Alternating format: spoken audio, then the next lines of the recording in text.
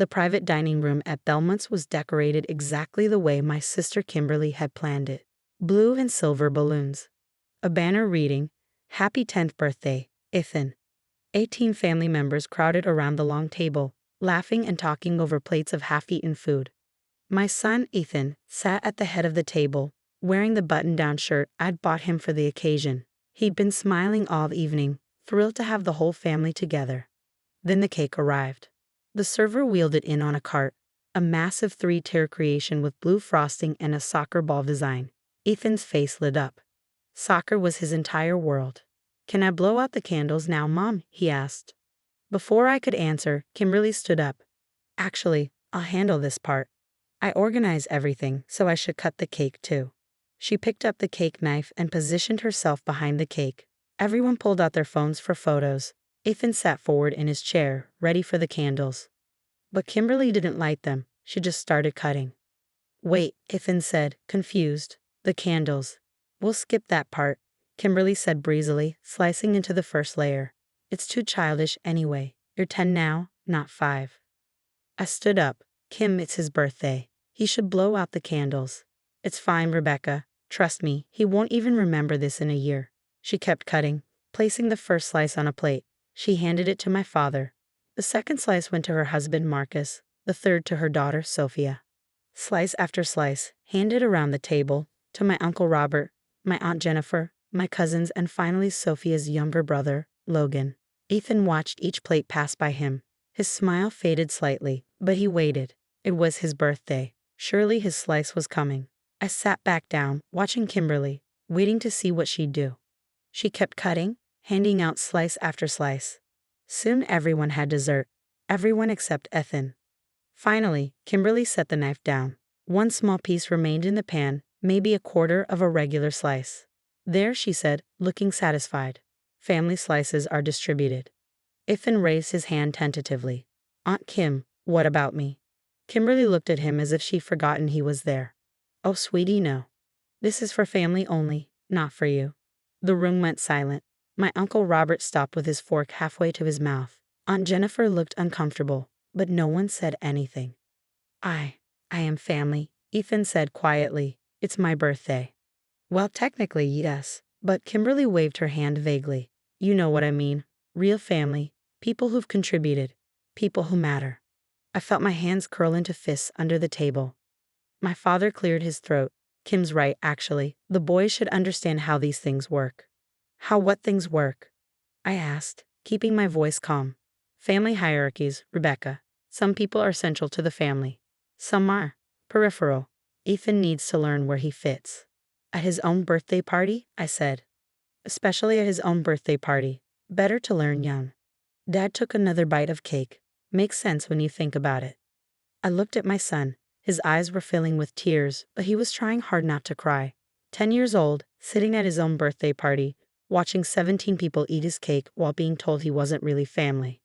"Excuse me," I said, standing up. I walked out of the private dining room, through the main restaurant, and out the front doors. Once outside, I pulled out my phone and opened my texts. I found the message thread with James Chen, the restaurant manager. "Me, James, it's Rebecca. I need you to cancel the private room booking immediately. Yes, right now. I'll explain in person." His response came within 30 seconds. "On my way." I walked back inside. James was already moving toward me from his office, his expression concerned. "Rebecca, what's wrong? Is the service?" "The service is fine, but I need everyone in that private room to leave. Now." "I don't understand. You booked the room. It's your son's party. And I'm the one canceling it. They need to vacate immediately." James looked torn.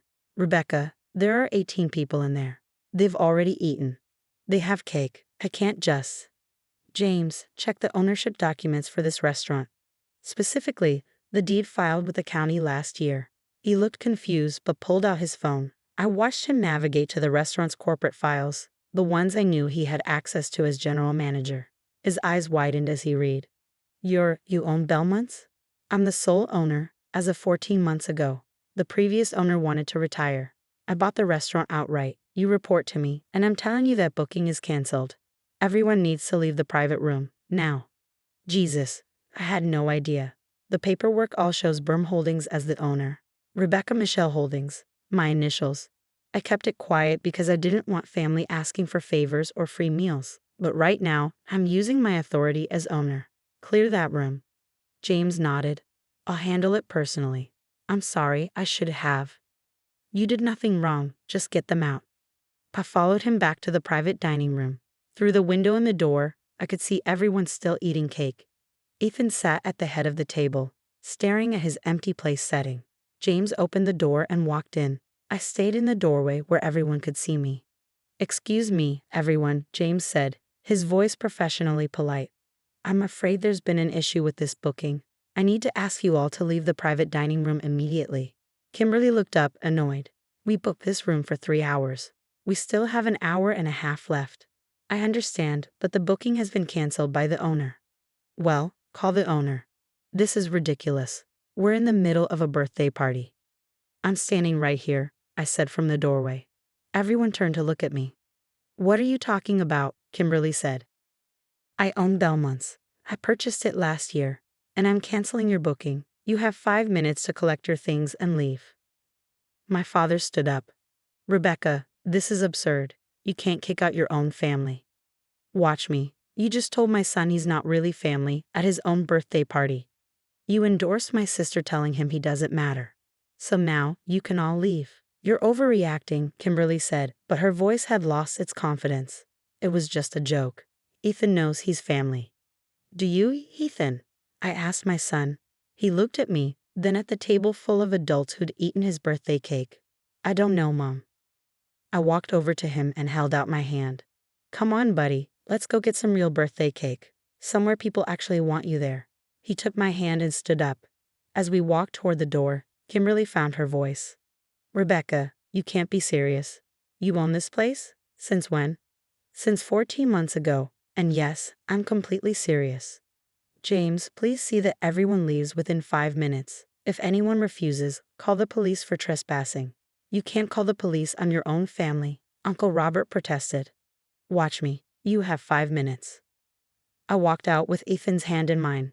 Behind us, I heard chairs scraping and voices rising in confusion and protest. I didn't look back.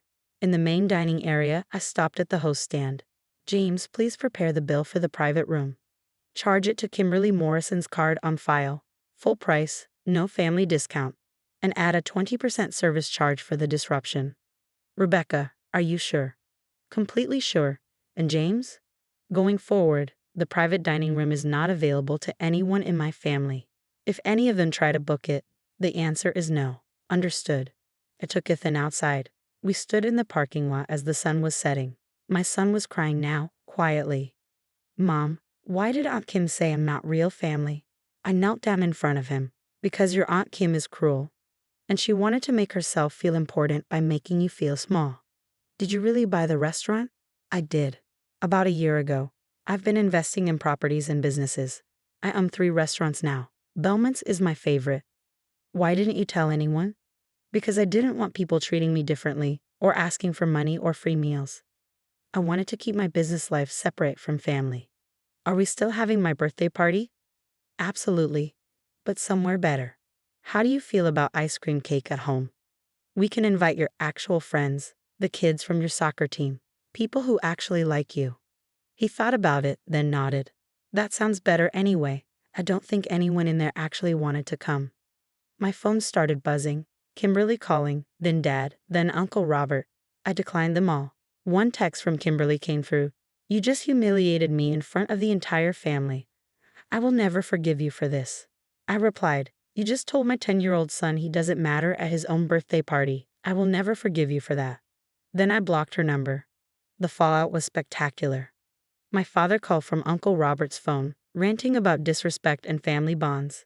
I let him talk for 3 minutes, then said, you told Ethan he's peripheral family, that he needs to learn where he fits. At his 10th birthday party, we're done talking. I hung up and blocked that number too. My mother, who'd been traveling and missed the party, called the next day after hearing about it from Kimberly. Rebecca, I can't believe you threw your own family out of a restaurant. I can't believe they ate my son's birthday cake and told him he wasn't really family. Kimberly said it was a joke you took too seriously. Mom, 17 people ate cake. Ethan got none. 0. At his own birthday party. Dad said it made sense because Ethan is peripheral family. Where's the joke? Silence. Then, peripheral family? He said that. Direct quote. So I used my authority as the restaurant owner to end the party. You own Belmont's? I own Belmont's, Toscana's, and the Harborside Grill. I've been building a restaurant portfolio for 3 years. I kept it quiet because I wanted my business separate from family drama. 3 restaurants? How did you afford? Real estate investments. I've been working on this for years while everyone assumed I was struggling. I'm not struggling, Mom. I'm thriving. And I'm not going to let my family humiliate my son just to make themselves feel superior.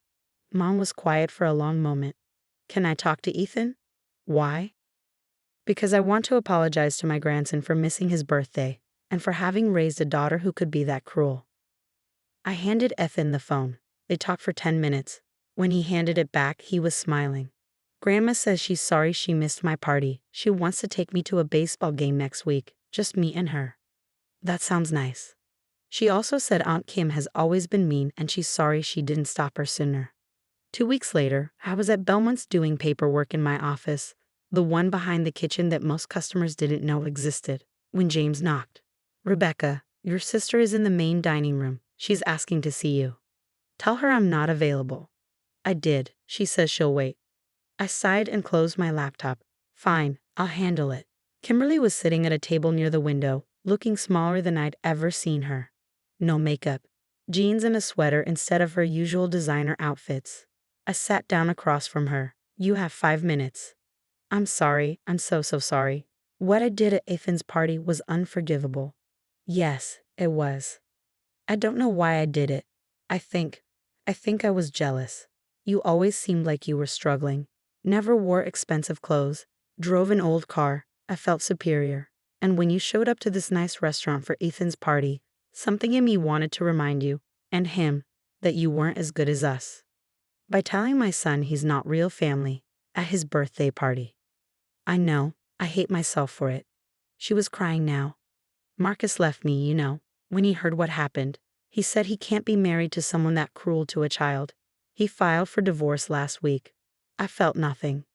No sympathy. No satisfaction. Just nothing. I need you to know something, Kim. I don't care about your marriage. I don't care that you're sorry now. What I care about is that my 10-year-old son cried himself to sleep that night because his family told him he doesn't matter. You can't apologize that away. I know, but I had to try, and I wanted you to know. I told everyone the truth, that you own 3 restaurants, that you've been successful this whole time, that I was performing superiority I didn't earn.